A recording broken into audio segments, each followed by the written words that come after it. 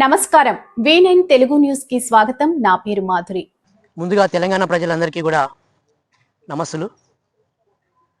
మిడ్జిల్ మండలంలో జరిగినటువంటి జాతీయ జెండా ఆవిష్కరణ సమయంలో జరిగిన ఒక ఘర్షణ వల్ల డీజీపీ నుంచి వచ్చిన ఒక మెసేజ్ ద్వారా అక్కడ జరిగినటువంటి సంఘటనకు సంబంధించి మా రిపోర్టర్లు ఎంఆర్ఓ గారి వివరణ కోసం అక్కడికి వెళ్ళారు.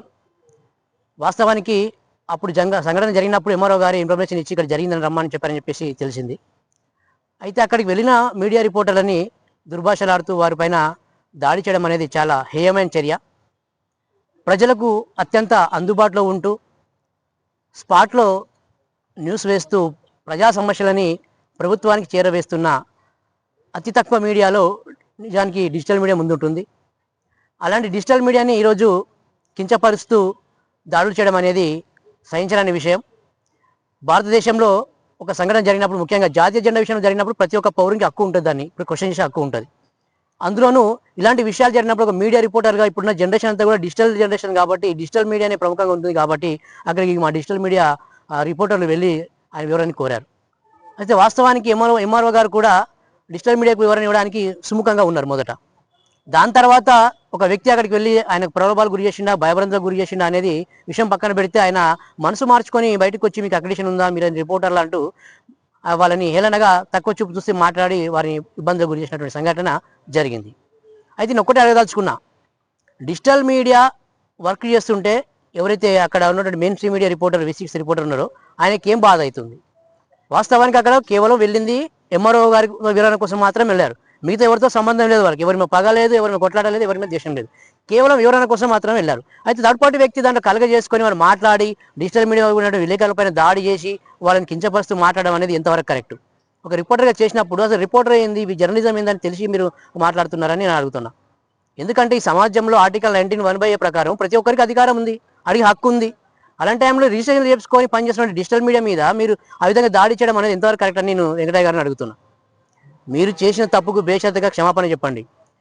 ఎప్పుడైతే డిజిటల్ మీడియా రిపోర్టర్ పైన దాడి చేశారో ఖచ్చితంగా మీ పైన చట్టపరమైన చర్యలకు మాత్రమే మేము కోరుతున్నాం. అంతే తప్ప ఎవరు కూడా మళ్ళీ మీ పైన దాడి చేసినట్టు కానీ, మిమ్మల్ని కించపరిచినట్టు కానీ, మీ పైన ద్వేషించినట్టు కానీ, ఏమైనటువంటి దుర్భాషలు కానీ చేయలేదు. కాబట్టి మేము న్యాయపరంగా ముందుకెళ్లాలని ఈరోజు జడ్చర్లలో సిగ్నల్ గడ్డలో మేము శాంతియుతంగా ర్యాలీ చేశాము, ధర్నా చేశాము.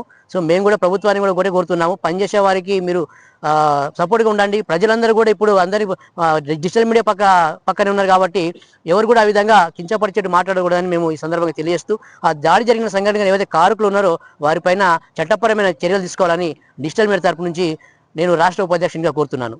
ఎంఆర్ఓ ఆఫీస్లో ఉన్న ఎంఆర్ఓ గారు మమ్మల్ని స్పందించి మేము అడిగినప్పుడు ఖచ్చితంగా మీరు అడగండి, దాని మీద ఏ విషయం మీద మీరు వచ్చిండ్రో మీరు అడగండి, నేను దానికి జవాబు ఇస్తాను అని చెప్పారు. తర్వాత మా లోగోలు కూడా అక్కడ పెట్టడం జరిగింది, మరియు మా కాలర్ మైక్ కూడా ఆయన పెట్టుకోవడం జరిగింది. కూర్చొని మేము ఆ విషయాన్ని అడిగే లోపే అక్కడ ఉన్న మన V6 రిపోర్టర్ వెంకటయ్య అనే రిపోర్టరు మన ఎంఆర్ఓ ఆఫీస్ లోపలికి రూమ్లోకి రావడం జరిగింది. వచ్చి ఒక 5 నిమిషాలు మాకు టైం ఇవ్వండి, మేము మాట్లాడి వెళ్ళిన తర్వాత మీరు మాట్లాడుకోండి ఎంఆర్ఓ సాబ్ దగ్గర అని చెప్పడం జరిగింది. అయితే ఆయనని మేము గౌరవిస్తూ మేము అక్కడి నుంచి మా లోగోలు మరియు ఎంఆర్ఓ సాబ్కి కాలర్కి పెట్టిన మైక్ కూడా తీసుకొని మేము ఆ రూమ్ నుంచి బయటికి రావడం జరిగింది. దాని తర్వాత వాళ్ళందరూ లోపల ఒక 5 నిమిషాలు 10 నిమిషాల వరకు దాదాపు లోపల గడియ పెట్టుకొని మాట్లాడుకోవడం జరిగింది. తర్వాత వాళ్ళు బయటకు వచ్చిన తర్వాత మేము లోపలికి ఎంఆర్ఓ సాబ్ దగ్గరికి వెళ్ళిన తర్వాత ఎంఆర్ఓ సాబ్ మాకు ఫస్ట్ వెళ్ళినప్పుడు పూర్తిగా స్పందన ఇచ్చి నేను దీని గురించి చెప్తానని చెప్పి మా రిపోర్టర్కి చెప్పడం వల్లనే మా రిపోర్టర్ మాకు అందజేసిన సమాచారం మేరకే మేము జడ్చర్ల నుంచి మిడ్జిల్కి వెళ్ళడం జరిగింది.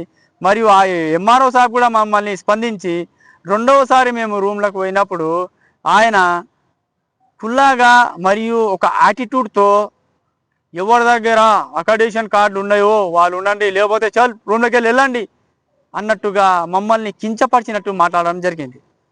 అయితే మేము వారికి జరిగిన అవమానం పట్లనే ఆ రిపోర్ట్ ఉన్నది కాబట్టి ఆయనకే అడుగుదామని మేము వెళ్ళినచో వాళ్ళు మమ్మల్ని అవమానపరచడం ఎంతవరకు న్యాయం? మరియు మేము ఎంఆర్ఓ సాబ్ కోసమే మేము వెళ్తే ఆయననే మమ్మల్ని అవమానించడం ఇంతవరకు న్యాయం అడుగుతున్నాము. దాని తర్వాత అకాడిషన్ కార్డు ఉంటేనే ఉండని, లేకపోతే బయటికి వెళ్ళిపోండి అని ఈ విషయం పట్ల మేము అడిగినాము. సార్ మీరు పిలిస్తే మేము వచ్చినాము, మీరు స్పందించే సమయం ఉంటేనే మేము వచ్చినాము. వచ్చిన తర్వాత మీరు మా స్పందన లేదు బాబు, మేము ఈరోజు లేదు, మాకు టైం ఇవ్వండి, మేము మాట్లాడుకునేది ఉంది, లేదంటే మీరు తర్వాత రండి అంటే మేము అటు నుంచి వెళ్ళిపోతాం కదా సార్. అది ఈడ్చిపెట్టి మీరు అకాడిషన్ ఉంటేనే ఉండాలి, లేకపోతే చాలా రూమ్లోకి వెళ్ళి బయటికి వెళ్ళండి అనే మాటలు మాట్లాడి మమ్మల్ని, మా మనసులని బాధ పెట్టడం జరిగింది. దాని పట్ల మేము మీకోసం వస్తే మీరేం సార్ మమ్మల్ని అవమానిస్తున్నారు, ఇలా అంటున్నారు, ఈ మాటలు అంటున్నారు. సరే మరి మీరు అకాడిషన్ కార్డ్ అంటే ఏమిటో అర్థం మాకు తెలియపరచండి సార్ అని మేము అడగడం జరిగింది. అకాడిషన్కి అర్థం ఏంటి, అది దేనికోసం ఉంటుంది సార్ మీరు చెప్తున్నారు కదా సార్, మరి అదన్నా మాకు తెలియపరచండి సార్ అని అడిగితే ఆయన ఛాంబర్లోంచి లేచి ఆయన బయటికి నాకు పని ఉంది, నేను వెళ్ళిపోతున్నాను, నాకు పని ఉంది అని బయటకు వెళ్ళడం జరిగింది. దాని పట్ల మేము సార్ మమ్మల్ని ఇంత దూరం మీరు పిలిచారు, మేము వచ్చాము, స్పందన కోరుతున్నాము, మీరు లేదు అంటే మేము వెళ్ళిపోతుండేమి, కానీ మీరు ఇలా చెప్పడం మాకు చాలా బాధాకరం. మరి మీరు చెప్పిన మాట మీదే మేము అడుగుతున్నాం, అకాడిషన్కి అర్థం చెప్పానా పోండి సార్ అని మేము వెనక్కి వెళ్ళడం జరిగింది. తర్వాత వాళ్ళు బయటికి వచ్చి తన కారులో కూర్చొని పోయారు. తర్వాత బయట అందరి జనాలు గుమ్ముగూడడం జరిగింది. దాని పట్ల మన V6 రిపోర్టర్ వెంకటయ్య గారు, మీరు ఇక్కడ వచ్చి ఏంద్ర మీరు అడిగేది మీదేంద్రు బాబు అనే వ్యాఖ్యలతో మా మీనికి రావడం జరిగింది. దీని పట్ల మేము ఈ జాతీయ జెండా గురించి ఇష్యూ అయినది, దాని పట్ల మేము స్పందన కోసం వచ్చినాం. అది కూడా స్పందిస్తారంటేనే వచ్చినాం, మా అంతకు మేము కూడా రాలే, స్పందన కోసం వచ్చినాం. వాళ్ళు మాకు తెలియపరిస్తే మేము చెప్తామని చెప్పాం. తెలియపరమము లేదా సమయం తర్వాత అంటే మేము వెళ్ళిపోతుంటిమి, కానీ మమ్మల్ని పిలిచి మా మనసులను గాయపడడం ఎంతవరకు న్యాయం అని మేము అడిగితే వాళ్ళు మీరు యూట్యూబర్లు అది ఇది అని వాళ్ళు కూడా పైకి రావడం జరిగింది. తర్వాత మాటకు మాట మా రిపోర్టర్ని కూడా, అంటే నాతో మాట్లాడేటప్పుడు మా రిపోర్టర్ పక్కన ఉండి ఘర్షణ సమయంలో ఏమైనా జరిగితే మాకు ప్రూఫ్ ఉంటుంది అనే ఆలోచనతోనూ నా వీడియో తీస్తుంటే, నువ్వు ఎందుకు వీడియో తీస్తావురా అని ఆయనపై దాడి చేయడం జరిగింది, దుర్భాషలాడడం జరిగింది, కాలర్ పట్టి గుంజుకోవడం జరిగింది, ఆయన గుండీలు విరిగిపోయినాయి. తర్వాత ఆయనకు దొబ్బులాటలో ఒక దెబ్బ కూడా తగిలింది. ఇలాంటి సంఘటనలు మన డిజిటల్ మీడియా రిపోర్టర్లపై ఎందుకు జరుగుతున్నాయి? మాకు ఏం హక్కు లేదా? మేము కూడా డిజిటల్ మీడియా రిపోర్టర్ అంటే ఒక చిన్న రిజిస్ట్రేషన్ చేసుకొని, యూట్యూబ్లను రిజిస్ట్రేషన్ చేసుకొని మరి మేము పనిచేస్తున్నాము. అది కూడా స్పందన ఉంటే వాళ్ళు పిలిస్తే మేము పోతున్నాము, వాళ్ళ స్పందన ఇస్తే మేము తీసుకుంటున్నాము, లేకపోతే మేము అటు నుంచి వెళ్ళిపోతున్నాము. కానీ మా మీద ఇలాంటి దాడి జరగడం చాలా మనసులకు బాధ కలిగి ఈరోజు మేము చర్చల్ల సిగ్నల్ గడ్డ దగ్గర శాంతిపూర్వకంగా నిరసన వ్యక్తం చేస్తున్నాం. దీని పట్ల మాకు న్యాయం కావాలని కోరుతున్నాం.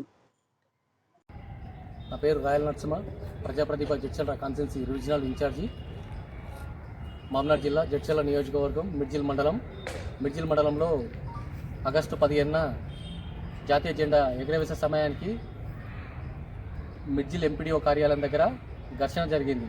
ఈ విషయంపై నేను మరుసటి రోజు పేపర్లో ఇవ్వడం జరిగింది. ఆ తర్వాత రోజు కూడా మళ్ళీ పేపర్లో ఎవరైతే దానికి సంబంధించిన కొంత సంఘాలకు సంబంధించిన ముందుకు వచ్చి రెస్పాండ్ అయ్యి న్యూస్ కూడా ఇవ్వడం జరిగింది. అది కూడా మరుసటి రోజు రెండో వార్త కూడా ఇవ్వడం జరిగింది. ఈ వార్తను నేను రాష్ట్రపతి గారికి, ప్రధానమంత్రి గారికి నేను లేఖ రూపకంగా పంపించడం జరిగింది.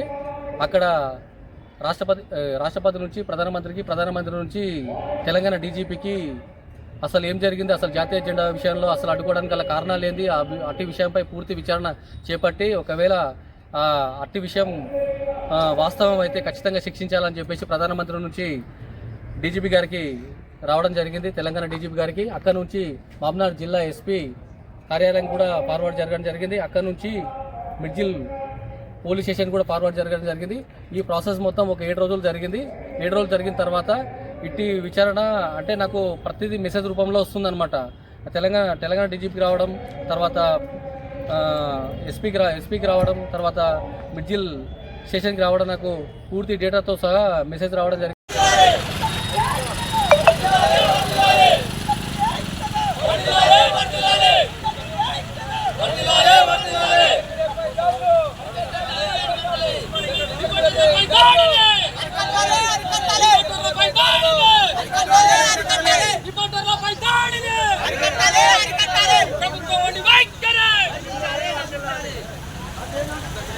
మరిన్ని తాజా వార్తా విశేషాల కోసం మా ఛానల్ ని సబ్స్క్రైబ్ చేసుకోండి. ధన్యవాదములు.